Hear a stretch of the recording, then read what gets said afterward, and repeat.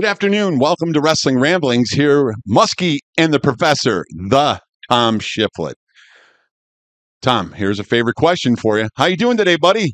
Well, I know when you hate when I say this, but Joe, it's another great day. It is another great day, Tom. I love that. I just was hoping you'd say it's sunny or anything else like that. But hey, I like to have a lot of fun with you. Well, That's what today's makes. Thursday. Typically, it's Friday, and we're getting ready for the weekend. But we're going a day early today because there's some traveling going on. Yes, there is some traveling going on. So let's talk about Wrestling Ramblings.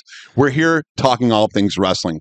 As always, we want to welcome people to the show. And Tom, it's time for you to say your thank yous to everybody. So go ahead and do that, please. Yeah, we want to thank Western New York Athletics. We want to thank them for the opportunity to come on here and have our show and share Section 6 wrestling, Western New York wrestling with everybody. And what about that shirt you have on there? All in Sports. They're a great. They're a great supporter of you too, Tom. Absolutely. So I don't want to forget you're the human billboard. So I like to put that out there. Yeah. So that's great. Me personally, thank you to everybody who's been listening and providing us feedback. That's great. Wrestling Ramblings. We're here for you. We have a special guest today. Secret. But now the secret's out. Yeah. Here it is. We have a phonojournalist, one of the best in all of wrestling. His name, local wrestler, went to Clarence. I'm sure, hopefully people have it. The one and only Tony Rotundo. Yep. Tony Rotundo has a website called Wrestlers Are Warriors, so check that out. That has all his great pictures on there. He was a wrestler at Clarence High School.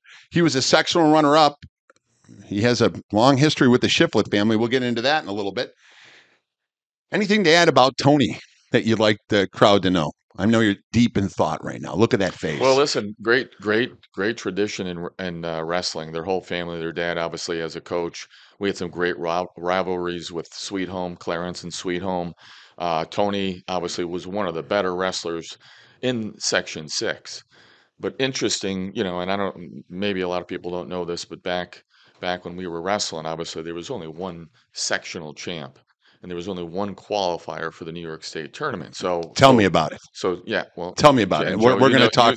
You know about what I'm talking about, and even I do. You do too, yeah, sure. It took time to get to qualify for the New York State championships because obviously now you have two divisions. You got small school, large school. Yes, and also based on historical data, you're typically going to take two per weight class. So you're taking basically four guys out of Section 6 to compete, for a New York State championship. Where back then it was, one division and you had to win the entire thing. So there was a lot of great wrestlers from this area, you included, Tony Rotundo included, that had unbelievable high school careers, but never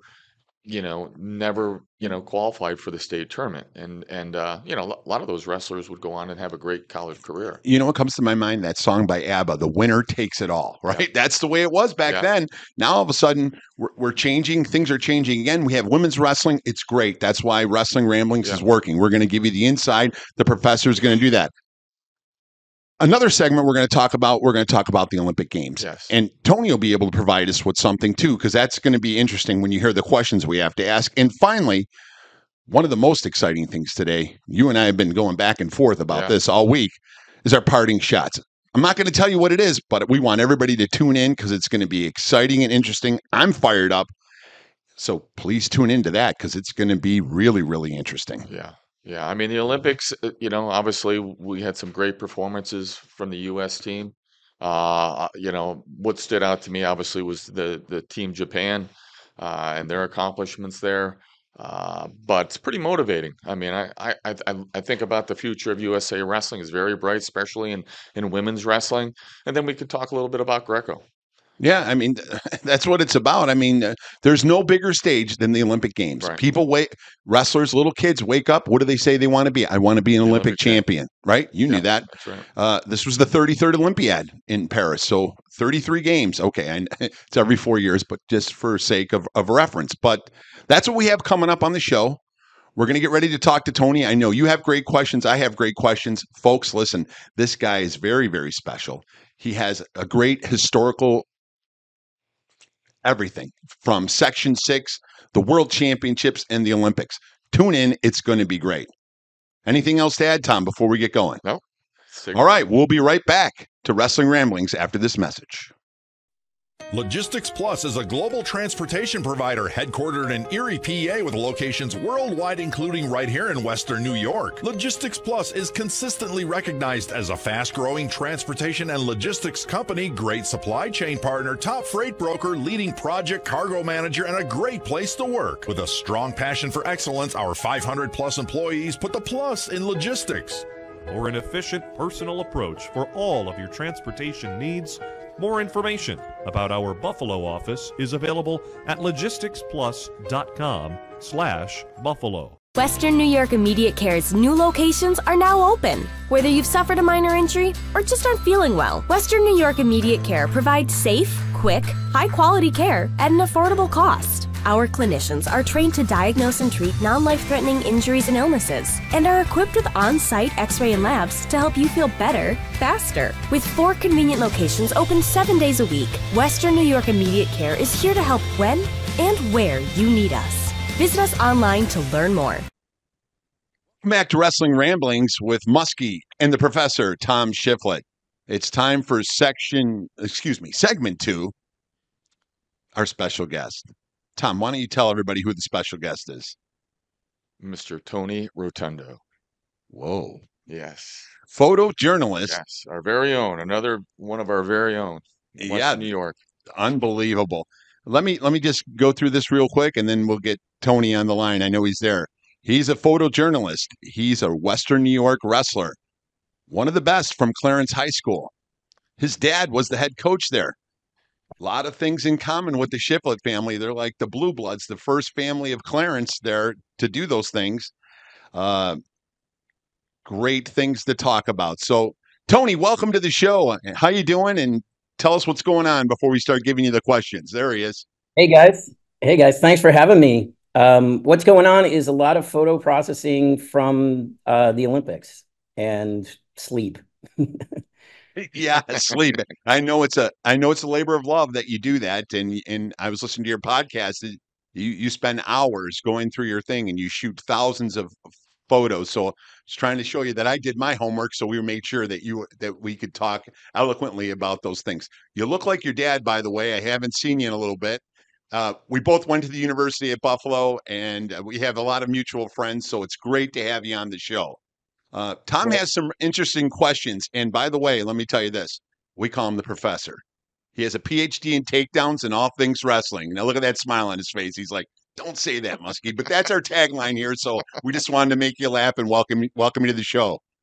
Thanks. And it's true. Tom was always, we all knew he was better than all of us. Like, my brother and his brothers, like, we saw him working out in the room and we were like, he clearly he was the best of all of us. I mean, look at what he went on to do and coaching at the D1 level. Like, we all knew. I was going to tell you guys, like, one time my brother was running a poker game, like in the storage area for the mat, where they stored the mats and stuff at one of the high schools.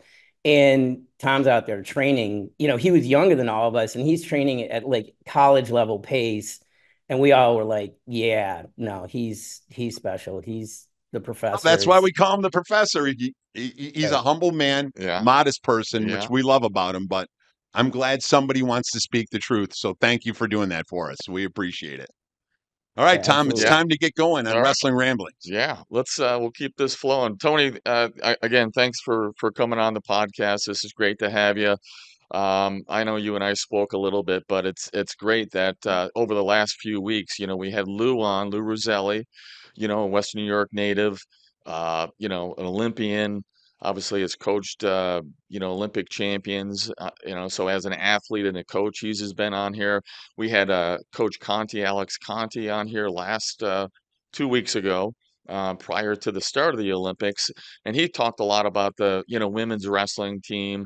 And obviously, he's become the Buffalo State women's wrestling coach. And again, he's from Western New York. And now we have you who and obviously all of you guys have been wrestlers. You've had your career in coaching, but you're a photojournalist. And so you've traveled the world going to Olympics and world championships and you have a different take on things. And so I'd love to hear. Well, let's just start with the Olympics. What are your takeaways from Paris? How was the trip, and what kind of got you excited? The trip was good. The only exception, my Airbnb was a 7-story walk up, which was not fun twice a day. But and there was no AC, but that's fine. It was great. Paris was fantastic. It's beautiful. There's so many cafes. It was never an issue trying to find a place to eat. And takeaways are, one, thrilled for for the medals that we got.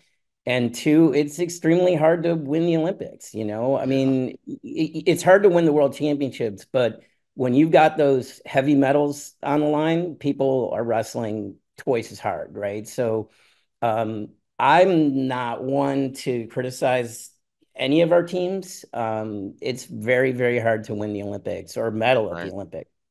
So I'm thrilled for the medals that we did get. I thought some great performances. Amit, Allure, my gosh, right? Like later when we were doing photos with their family, they all in unison, 1, 2, 3, we told you so.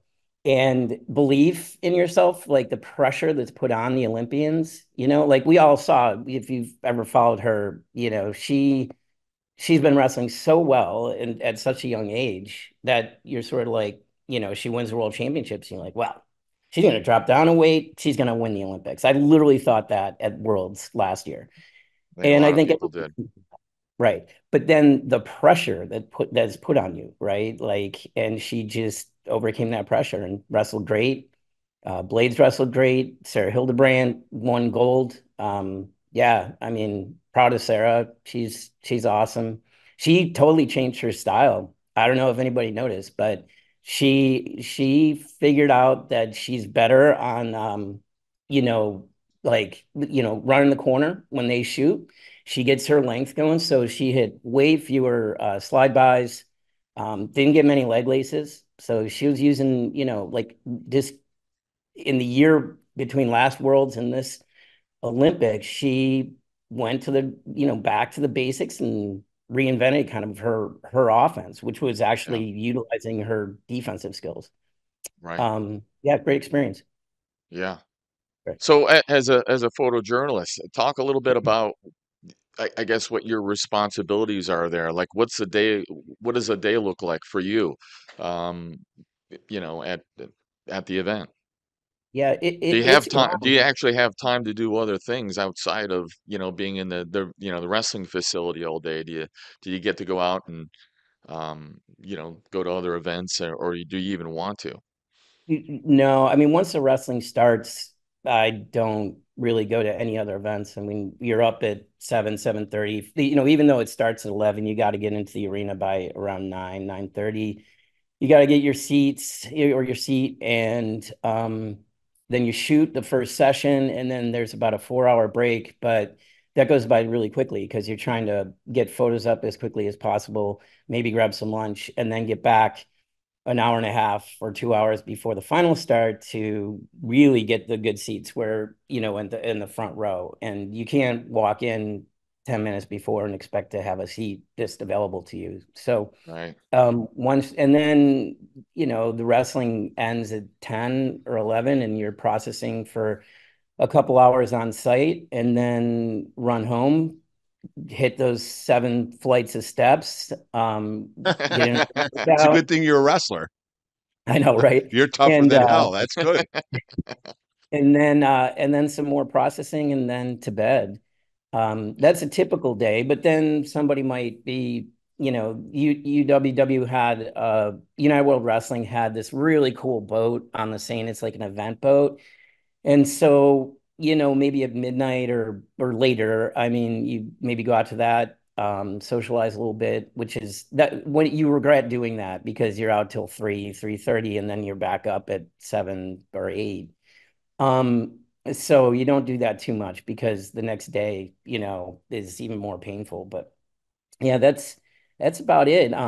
You shoot a lot. I was shooting for USA Wrestling, so most of what I post immediately is just USA folks, but I shoot everyone and people kind of know that. So the work that I'm doing now is going back and editing, getting through, 75,000 photos, breaking them down to about, I don't know, 5 to 10% of those, captioning them and posting them. So it's weeks of work following a big Yeah. event. So obviously you go and you shoot at NCAA Division I championships, Olympics, World Championships, probably Fargo. I Beach mean, wrestling. I've seen it all on your I website. mean, It's unbelievable. what are some of your favorite events to go and shoot at? And I guess, I mean, you've obviously traveled all across the world. I mean, what can you share with us? Like, what's the city or what's the event that really kind of you get fired up about?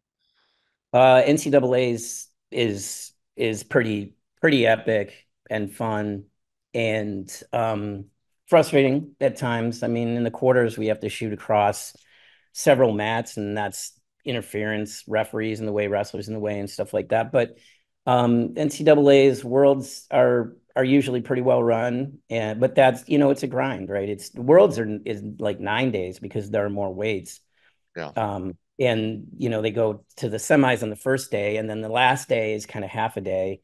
But all of it is a grind. I mean, it's work. I like Super 32 because it's about an hour and a half from me. Now I live in Raleigh, North Carolina. Fargo's fun, but a grind.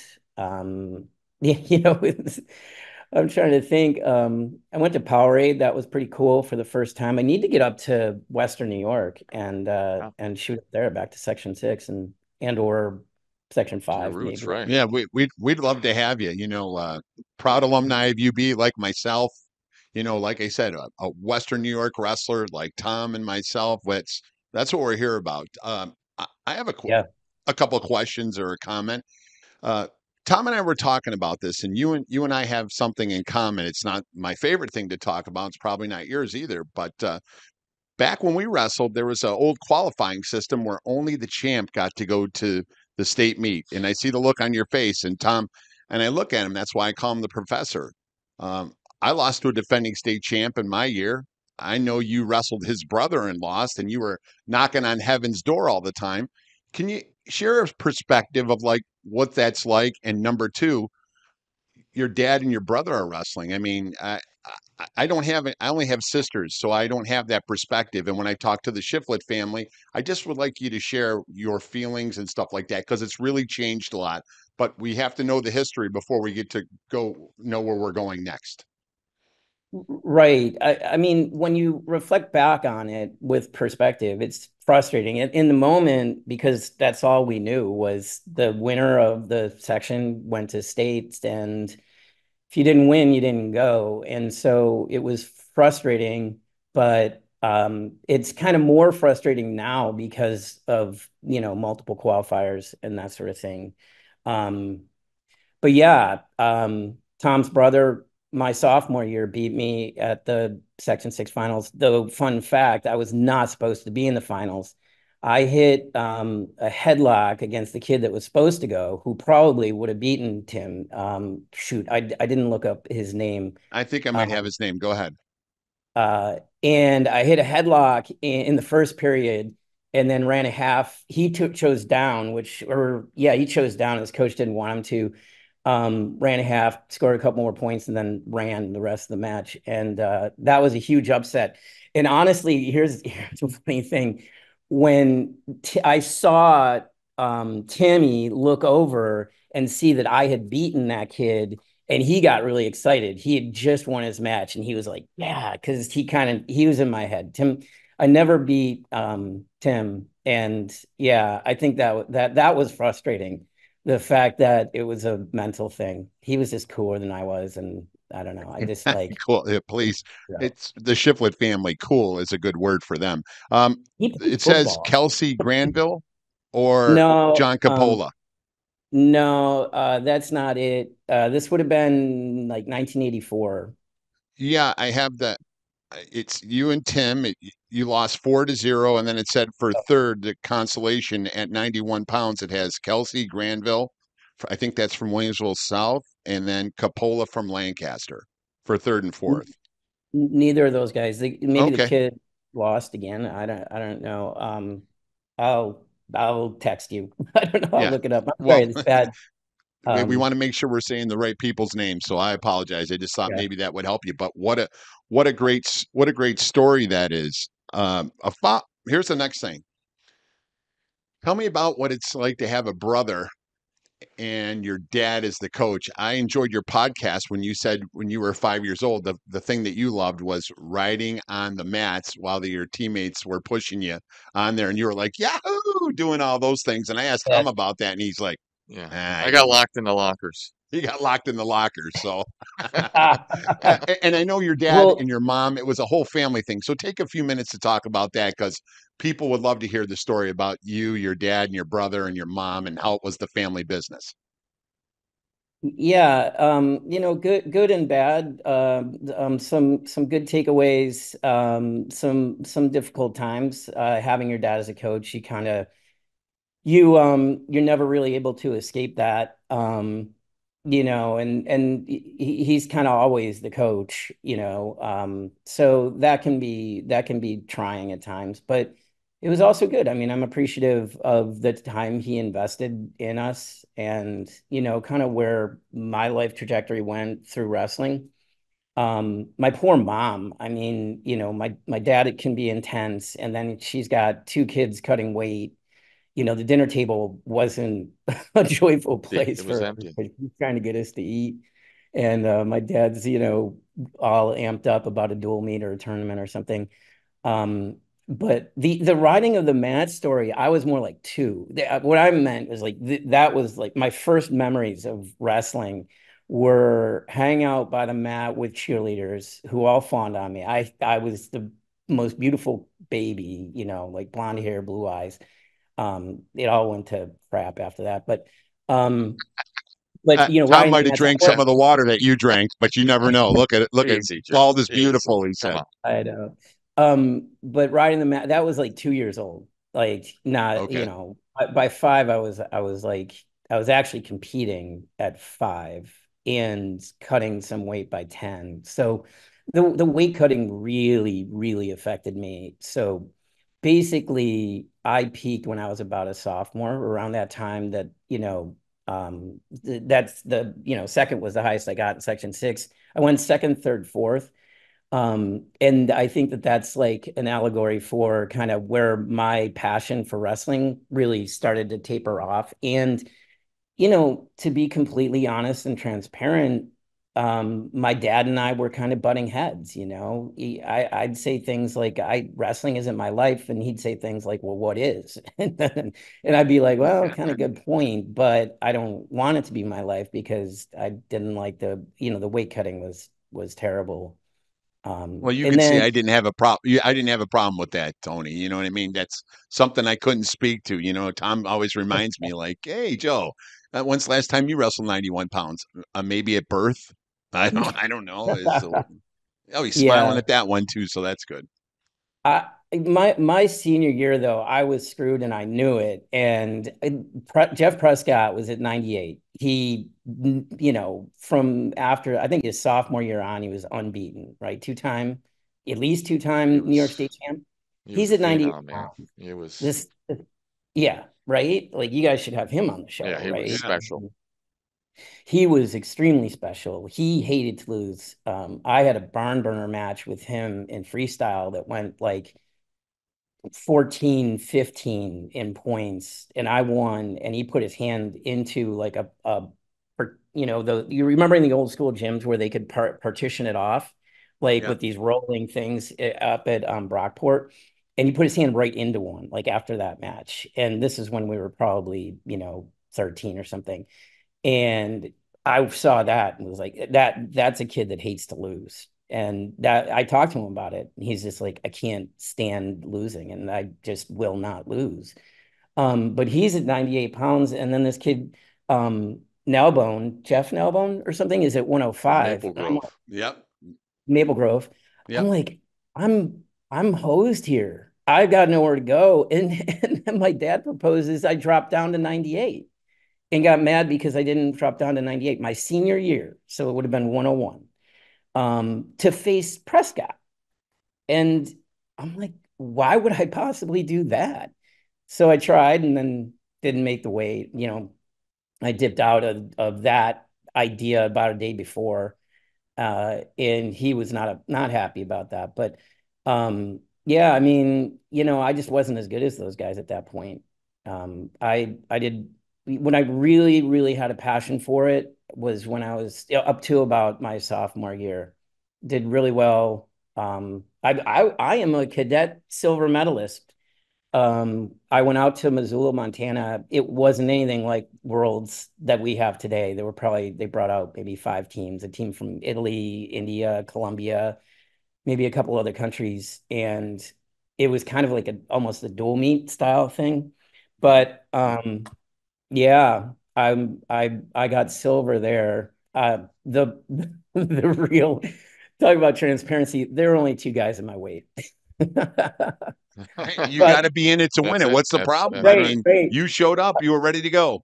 That's right. I'm in the database. Jason Bryant found it. He's like, "Are you a cadet silver medalist?" And I'm like, "Yeah, yeah, of sorts." But I came back from that. We had a great training camp. I was wrestling Greco and got fourth at the Empire State Games, and that was a fun event to wrestle in. But around that time of when I was a sophomore in high school was really kind of when I peaked, and then I just started hating the weight cutting and finding other things going on in the world and life that were more enjoyable than wrestling. And yeah, so that's a really long answer to That to was the question about my that's what we family. wanted to hear in Wrestling Ramblings. We want the truth, transparency, everything that you said. My follow up Right. before I let Tom finish it up with you is this: how did you come up with wrestlers or warriors for your business as a photojournalist? I think it's great. I mean, there's got to be a story behind it. So, can you share it with the wrestling fans here in Western New York? Yeah, I can. It came to me. I was shooting for and contributing to John Sax's website. Didn't have one of my own. Wanted to create one of my own, and I was at the Cliff Keen event. I'm gonna forget the names here. That sucks. And Las Vegas, correct? yeah, Las Vegas, Cliff Keen college event, Michigan kid against basically 2 wrestlers. They're right in front of me, and it was a bloodbath. Like they were both their eyes got cut open, and so they both had tape around their heads. They're bleeding through their tape, and they're going back out there and wrestling. It's basically tape it up and go, and just like a bolt of lightning. It's like, man, these guys are just warriors. Wrestlers are warriors, right? They just go out there, injured, just tape it, stop the bleeding, let's get back to it. The match went on forever. It might have gone into overtime. It was like 20 minutes long, with all the blood stoppages and stuff like that. And it just struck me like these guys are warriors. And that's kind of how, I just planted that seed. I was like, that would be a good name for a website. And it's how it happened. I'm going to kick it over to Tom, but let me tell you, I enjoy looking at your photos. Kudos to you. Thank you for doing what you're doing. It's a great perspective, and it's interesting to see through your eyes what you see. So Yeah. keep doing what you're Thank doing, you. my friend, and thank you for sharing. Now we're going back to Tom for the wrap it up. All right. So Okay. Tony, we got about 5 minutes left, but I definitely wanted to talk a little bit about women's wrestling because, well, you mentioned the Super 32. We were just talking actually yesterday with some of the parents about getting a group of young ladies to head down to the Super 32 to they have the freestyle division, so we may be heading down there. And as you know, freestyle is important in New York now for the girls because we've just adopted that as an official sport. This will be the first season coming up, 24 and 25, for girls high school freestyle, and first state in the United States to have that. I think there'll be many states following once we get this under our belt.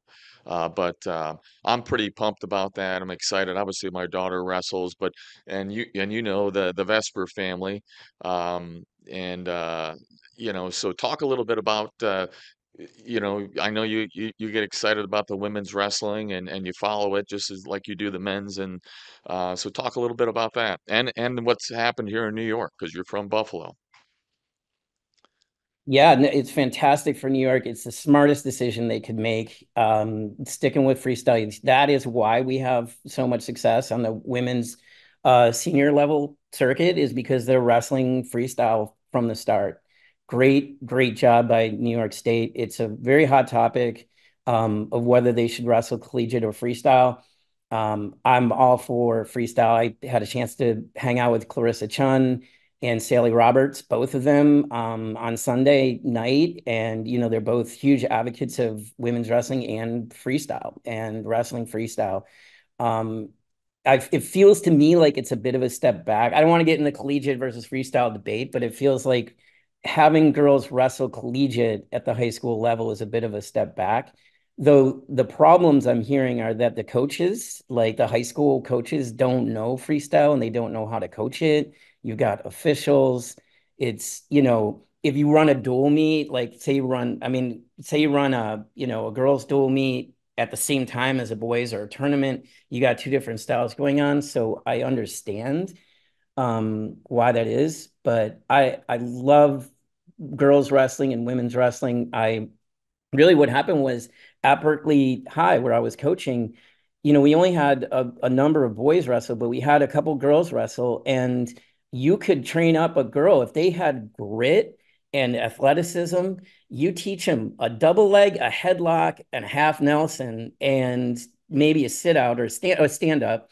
And if they've got that fortitude, they could go to, back in the day, you go to Michigan, it was a national tournament, you could do well at that. And Yeah. so it was cool to take a girl and in 6 months or less, 4 months, and turn them into a wrestler, that's competitive against other girls. And our girls were competitive against boys and would put in double boots and wrench a half Nelson and make the kids cry. And we would be like, hey, she's a tough wrestler. She's just a tough wrestler, like not boy or girl, right?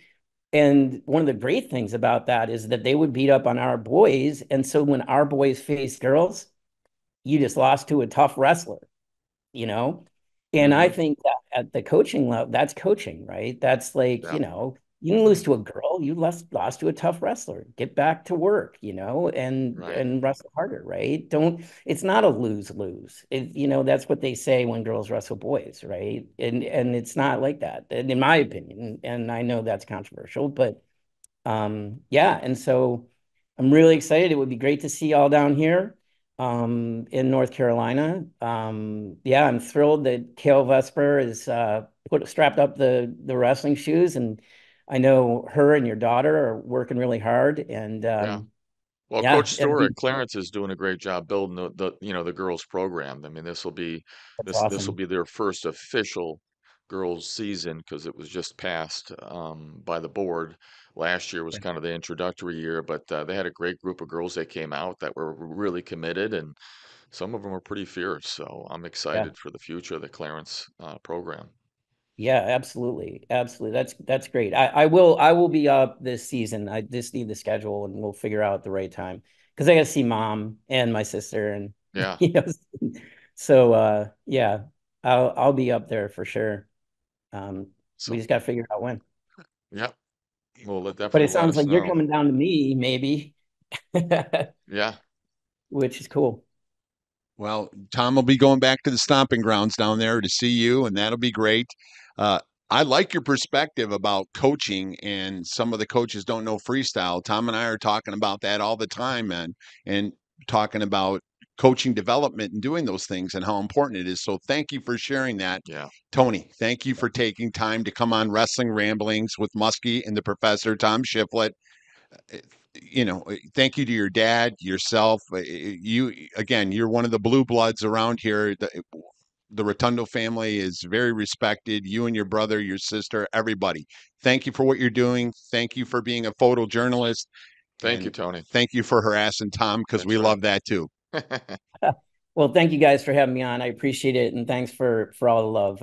It Yeah. it it keeps me going. All right. And Section 6 proud, right? Never forget. Yeah, amen to that. Yeah. Hey, folks, you heard it right there. Tony Rotundo, right down from North Carolina. We'll be right back to Wrestling Ramblings after this brief message. Western New York Immediate Care's new locations are now open. Whether you've suffered a minor injury or just aren't feeling well, Western New York Immediate Care provides safe, quick, high-quality care at an affordable cost. Our clinicians are trained to diagnose and treat non-life-threatening injuries and illnesses and are equipped with on-site x-ray and labs to help you feel better, faster. With 4 convenient locations open 7 days a week, Western New York Immediate Care is here to help when and where you need us. Visit us online to learn more. Do you insure a lot of businesses? Yes, we do. How about restaurants? We got a bunch. Do you cover property damage? Yes, we do. How about my equipment? Covered. How about sewer backup? We got it. What if my cook gets hurt? They're covered. Foodborne illnesses? Covered. What if my party tent goes down? Covered under property damage. And you say this is all under one policy? One policy. When do I pay? Once a month. Just one time? Just one. Is there anything you don't cover? What's your record for consecutive questions asked? 31. Tables. We don't do tables. Gotta love Buffalo. For more information, visit www.paulwolfagency.com. Welcome back to Wrestling Ramblings with Muskie and the Professor, Tom Shifflet. It's time to recap the 33rd Olympiad from Paris. And I know you watched it with your coaching hat on. You're always a big fan, but you're always looking to sweep the corners. That's a Tom Shifflet saying. That's the Professor. You want to earn your PhD? Then you better start with sweeping the corners. So I'm going to kick it to you, and you start with your feelings on the Olympic Games.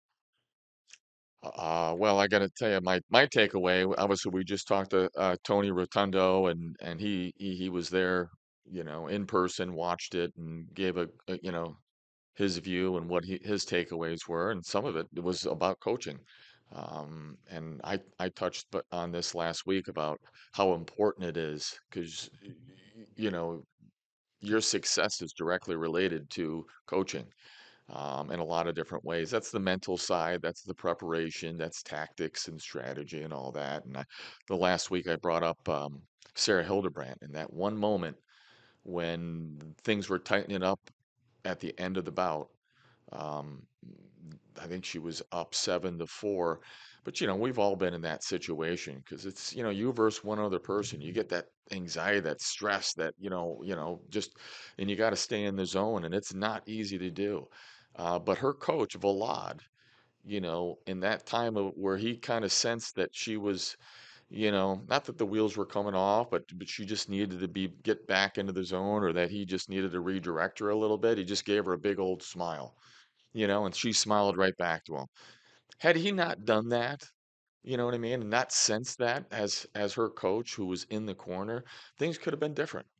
I She saw may that have big gotten smile. defensive. She may have made a mistake or dove in on a bad shot.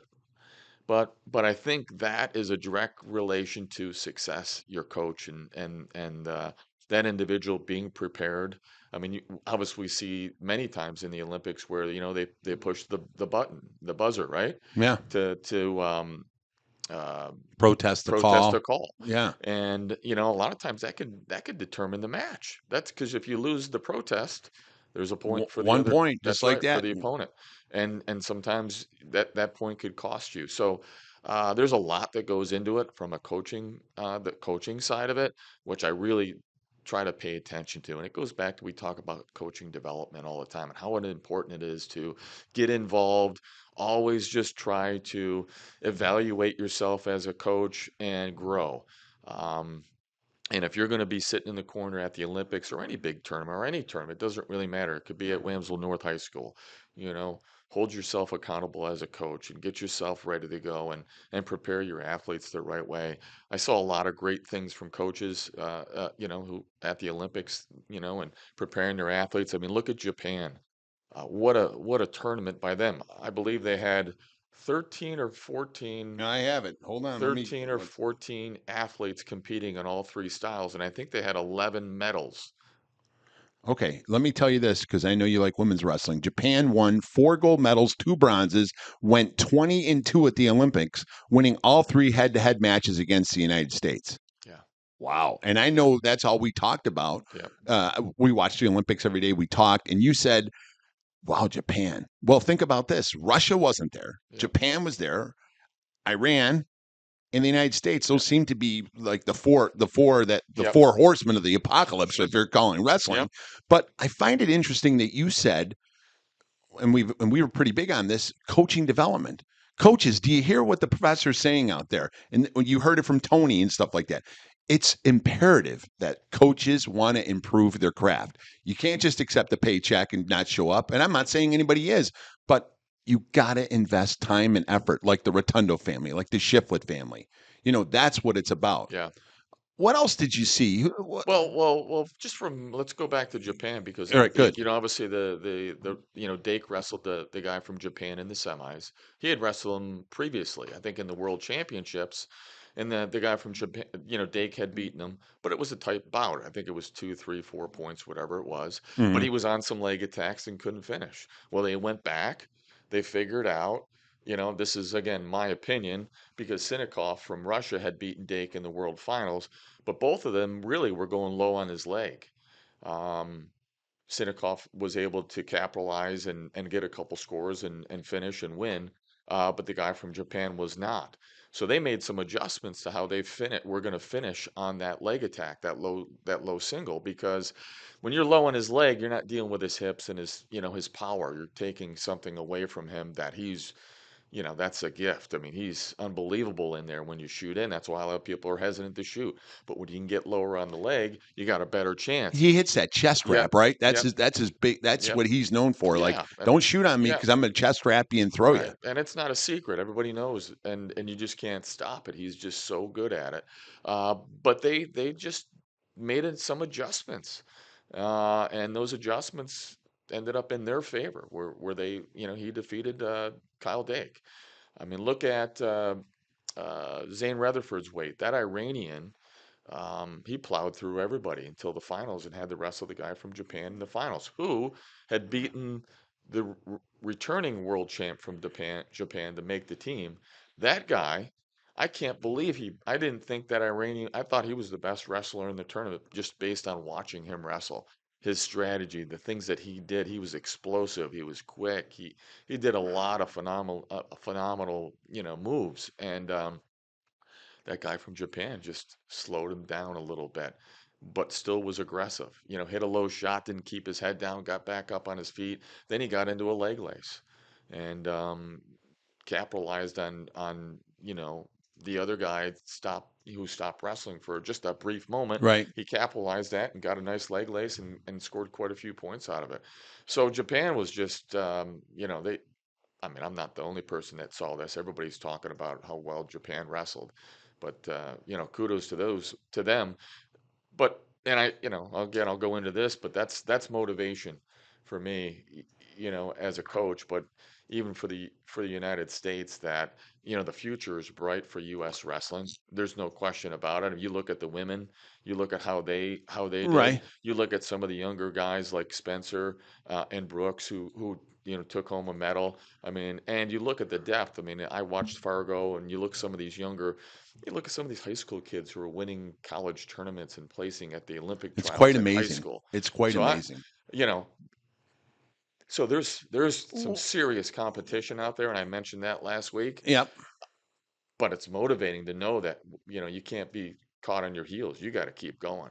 Let me ask you this, Professor. What about Dake? What about Captain America, Kyle Snyder? They're the elder statesmen of the group. You're talking about the future. What does the future hold?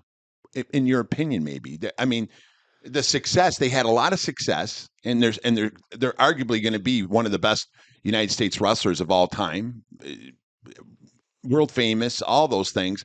But the Olympics are going to be 2028 are going to be in Los Angeles. So maybe the fire comes back. Maybe that. I mean, Yeah. like you said, well, the biggest ticket's going to be our Olympic trials. You're going to see the fur fly like you've never seen before, right? Right. That's what we were talking about, right? So 100%. take a Yeah. minute and tell us Yeah. about, No, I mean, you don't they're know at that group. We don't know what those guys are going to do, but right now they're the best we have.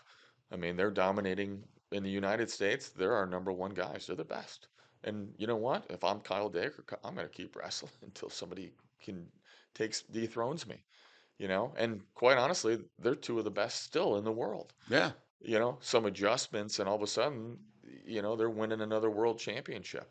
I firmly believe that. So, um, One yeah, I mean one more that's question before I give you my take yep. on it is you were talking about David Taylor last night with me, and I found that interesting.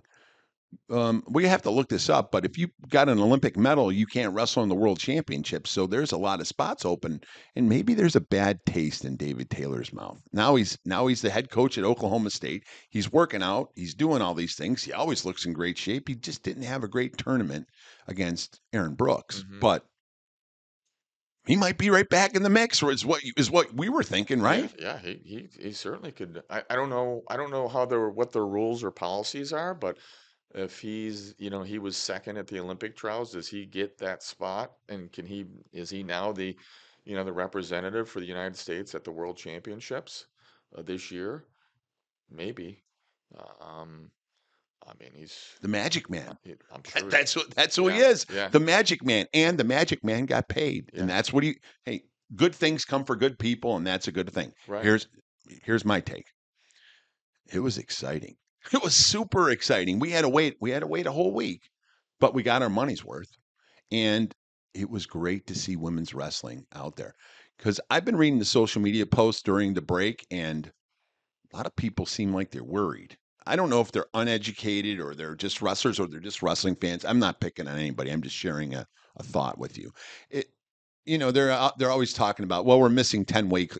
There's not. It used to be 10 weight classes in the Olympics. Hey, folks, listen to this. You had to make room for the women. Yeah. Our sport was almost going to be cut. I don't know how that works. I don't know how the sport that started in the modern Olympics was there all the time, and then all of a sudden it was on the cutting block, and we had to go crazy and do those things. Enjoy the wrestling for what it is. It doesn't Hmm. matter if it's male or female, freestyle or Greco. Wrestling is wrestling. If Yeah. that's what you live for, then watch it. And you can have a critical eye like you do as a coach and we do as fans, but Tony just told it all. Go back and listen to him. It's hard. Yeah. It's super hard. It's the heavy metal. I love that he said that. The heavy metal, gold, bronze, and silver. And it says, when you win it, you're Olympic champion. You're unbelievable. And we did have people who won it before. What's the moral of the story? Not everybody is the Greco-Roman wrestler from Cuba where he could win 5 gold medals. Right. Not Exactly. everybody's Bruce Baumgartner, your old coach. Not everybody's John Smith. Right. I mean, come on, folks. Think about what we're talking about here. It's good to have an opinion, but educate yourself on those things. We talked about, do we see a difference? What might be the difference between Japan and Iran and Russia? Well, here's a quick thought. All they wrestle is freestyle and Greco. Not here in the United States, boy. We've developed our own thing, and Tony even said that's more exciting to watch that. But maybe that holds us back a little bit. But you said the RTCs are helping a lot, which I agree Oh, with. they definitely have. But Yeah. if we did that from a kid all the way up, like Ray Noguchi and those other guys, boy, you might be pretty powerful if that's what you wanted to do. But now with NIL money and all those things, I don't. College wrestling's where it's at. People love that. So Well, when you look at Olympic Tony wrestling, even realize said that he enjoys going to the NCAA tournament and shooting that you tournament. Yeah. coached there, you wrestled there. It's Who exciting. doesn't love to Collegiate go there? wrestling's. I But mean, not I love everybody gets to watching go it. to the Olympics, but you get to watch it. Yeah. And to do those things. Now it's going to be right in our backyard. Tom Shifflet, the professor, was there in 1996 with Kurt Angle and Lou Roselli. So, folks, Wrestling Ramblings, you're hearing it all. You're getting different perspectives from all over, and that's the greatest thing. Any other takeaways from the Olympics? I mean, I Well, try to keep mine short, we didn't but spend a lot of time talking about Greco before, and I don't want to. It'll be interesting to see what we do to try to improve the Greco team.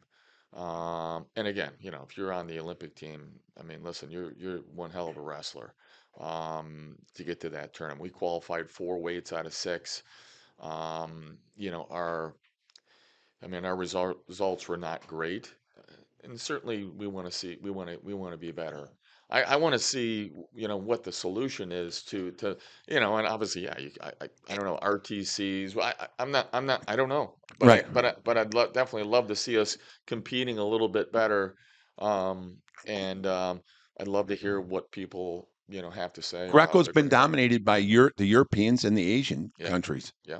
I mean, it's the truth of the matter. Go look it up. Yeah. Learn the sport, folks. Go look it up. We have social media. We have everything at your fingertips. Look at it. But USA Wrestling is on the rise, folks. Don't look any further than the World Championships. We're always in the mix.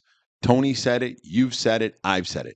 It's exciting. It's what people dream about. And you have to have a good coach. I love that takeaway. You have to have a good coach who's knowledgeable.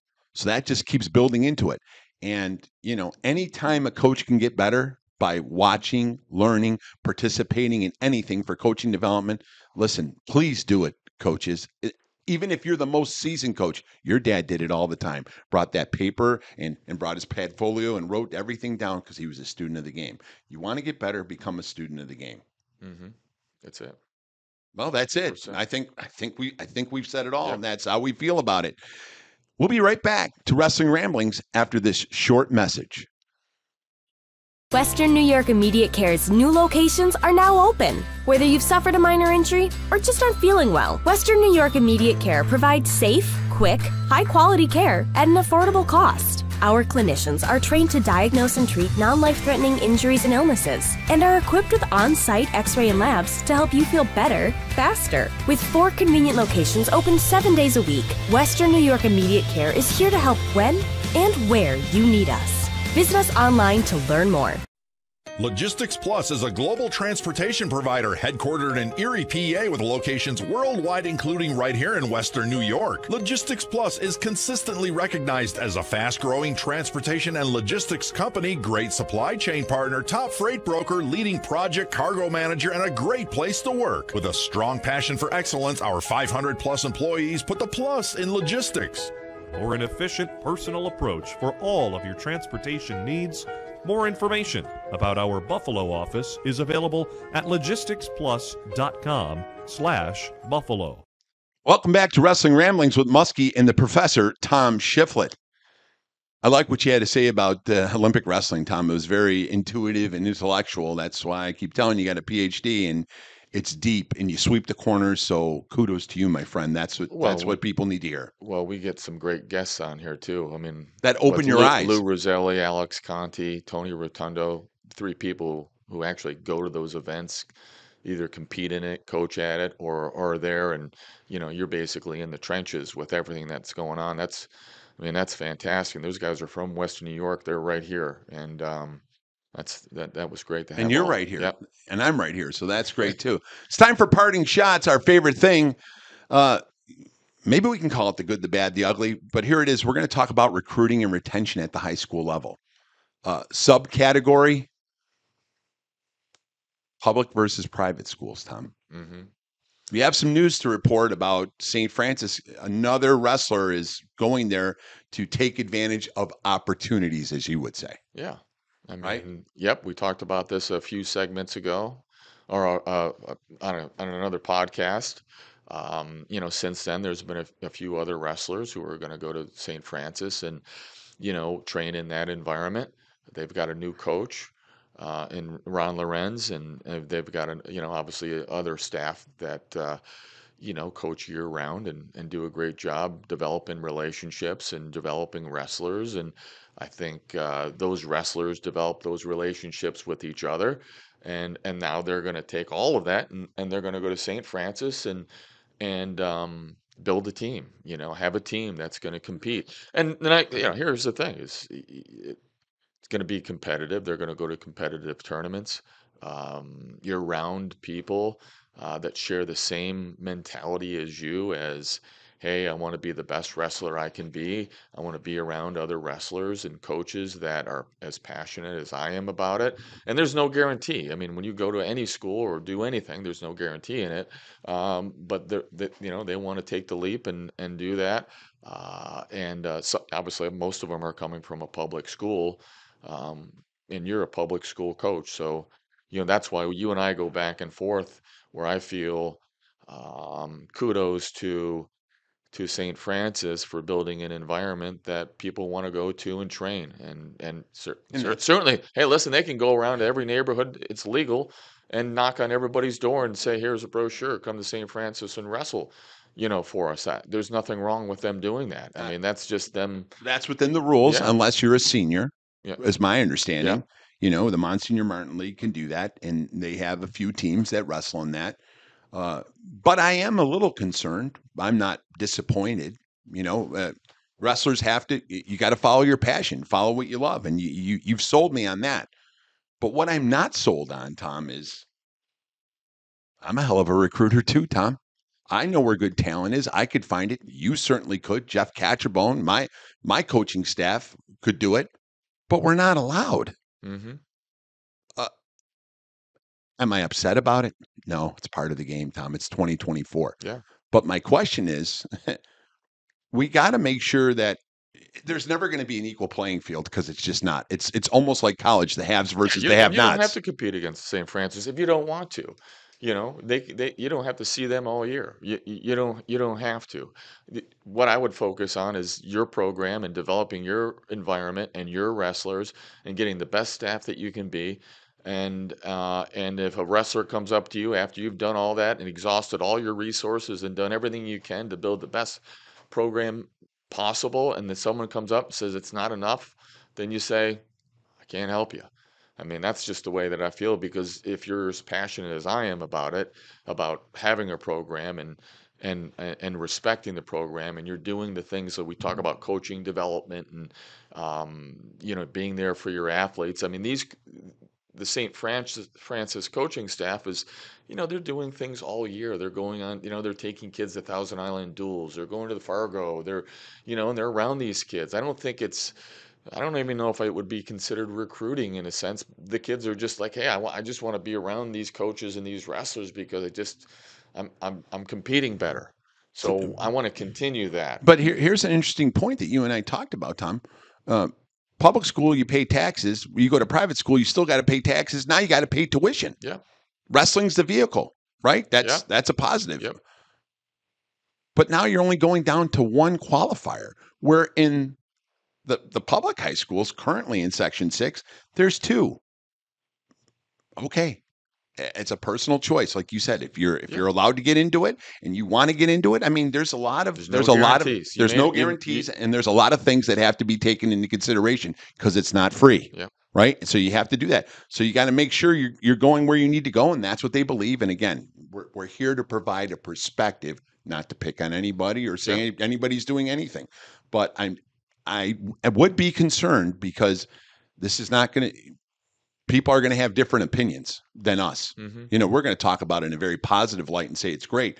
Some people are going to be PO'd. Yeah. Well, and they're going to say that because they're developing their own homegrown talent too. And then when it's not enough for them or for somebody else, you can come pluck them right out of there. That's almost like the transfer portal in college. So you see how we start down low here. You have youth wrestling, you go to high school wrestling, you go to college wrestling. Everything affects the college wrestling, and then it comes back down. Well, if they can't control it in college, now it's invading high school wrestling. If you don't like your coach or you don't like what you're doing, come over here. We got a spot for you. Instead of, hey, well, maybe we got to do things better, or maybe we got to get tougher things, because there are no guarantees. And like you and I have talked about, but please understand, there is a paradigm that's out there now. It seems to be going for when people don't like something or they want to change, there's something out there. Back when you and I wrestled, you wanted to leave, you could sit out a year. That's your punishment for not picking the right thing and not doing the right thing. But now you could change it up anytime you want. And that's where I'm a little concerned about it, but not much. That St. Joe's and St. Francis, this hasn't always been in place? No, it has always been in place, but the success hasn't been there. Now we're starting to see the success. And we don't have a big sample like we talked about. We have 1 year. 1 year. We have new coaches at St. Joe's. At St. Francis, which is great. Personal friends of ours. Great. Nobody's bagging on anybody. I'm just saying that it seems, what about the poor coach, who had the state champ and now he's losing them? I know you say it's on him. No, that's not what I say. It's not what you said. It's the environment we talked about. He sets the environment. He runs the program, and now he's got to eat the biscuit of I want to leave somewhere when you won the state championship and now you're saying it's not good enough. What changed? I'm not saying you know what changed, but that's the question that has to ask. What changed? Or did somebody come along and tell you something and pay attention? This is where it's at. Or did they invest more time in them? I don't know. Wrestling Ramblings. Yeah. We're talking about it. Yeah. I don't know what the answer is. Neither do you. But think before you jump sometimes, or if you believe it's going to be better for you, then jump. If you've got a young man or young lady who has ultra talent and has a future in wrestling at the next level, and there's opportunities that you think they're there for them, and from your freshman year to your sophomore, your junior, and things change within the program, could be workout partners. And you know you can't provide that because you don't have enough wrestlers on the team. I'm just throwing out an example. No, these are all good examples. Would you say to that young man, you need to stay here because this is where you belong, and this is, or would you say, you know what, Johnny, I want you to go to the best environment that's going to maximize your talent and get you where you need to go. I mean, that's a tough decision to make, but I don't know. It's in the best interest of the athlete, and I'm sure there's communication between parents and coaches, and if there's an individual who's been a part of a program, you don't just walk away. I would imagine there's some communication about, hey, coach, this is kind of where we're at with this. Right, and that's why we called it recruiting and retention. Yeah. Recruiting is only one part. Now the retention part, and that's where I think the divide is, Tom. Yeah. I'm not picking on St. Francis or anything. I'm saying they go hand in hand, recruiting and retention. Yeah. And the coach plays a huge part in it. You've been saying it. I've been saying it. That's why we want you to listen. And you keep providing opportunities, meaning there's opportunities for coaches and wrestlers to grow. You got to take advantage of those too, Tom. Yeah. I think. Yeah. That's what makes you a great coach. You're constantly learning and constantly doing things. Just like you said, you need a good drill partner. Well, I need to learn what's out there if we're going to do freestyle, because the women's wrestling is a whole different thing. We're just talking high school wrestling now. We're talking guys. What about, we haven't even really started the new freestyle year yet in women's wrestling. So that it could affect your daughter. You never know, right? And it's all up. Is it about money? It's definitely about opportunity. I will agree with you 110% on that. It's all about opportunity. I'm just saying that we're going on a slippery slope right now. We're on a slippery slope. It does affect the public school Section 6 wrestling because some of the better wrestlers are leaving public and going private. So how does that affect the qualifying system for the state tournament? It's going to affect it, maybe not this year, right? But if you take some of the better wrestlers out of the section, they're not scoring points at the state tournament, your qualifiers are probably going to be affected by that, would you say? I would say, yep. Yeah. And so here's the converse, because on every side there's the flip. If the public high school wrestlers are going to the Catholic schools, do we see a lot of Catholic school kids going back to the public schools?